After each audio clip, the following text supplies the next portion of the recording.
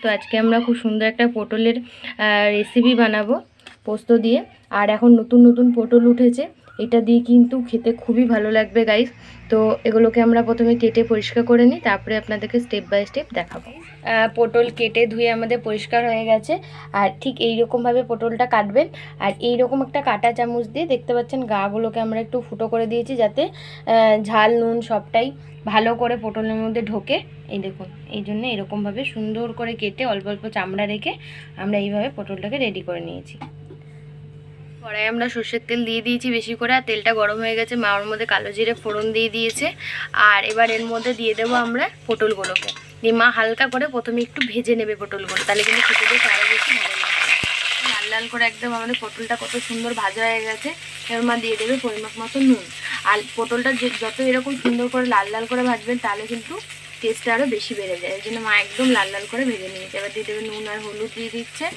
এবার যে সর্ষে বেশি করে পোস্ত, সর্ষে অল্প, আর তার সাথে 3টে মতন কাঁচা লঙ্কা দিয়ে আমরা একটা পেস্ট বানিয়ে নিয়েছি। আর পোস্তর পরিমাপটা কিন্তু বেশি দিতে হবে, আমরা সর্ষে একদম অল্প দিয়েছি। কতটা কি মাপ দিয়েছি সেটা তো আমি আপনাদের বলেই দেবো। তো এটা দিয়ে মা হালকা একটুখানি কষে নেবে, তাই তো? মা এগুলোকে সুন্দর করে নাড়িয়ে চাড়িয়ে ভালো করে একদম কষে নিচ্ছে। আর খেতে কিন্তু খুবই ভালো লাগে গাইস এরকমভাবে বানালে। অবশ্যই কিন্তু আপনারা পটল থাকলে এরকমভাবে বানাবেন।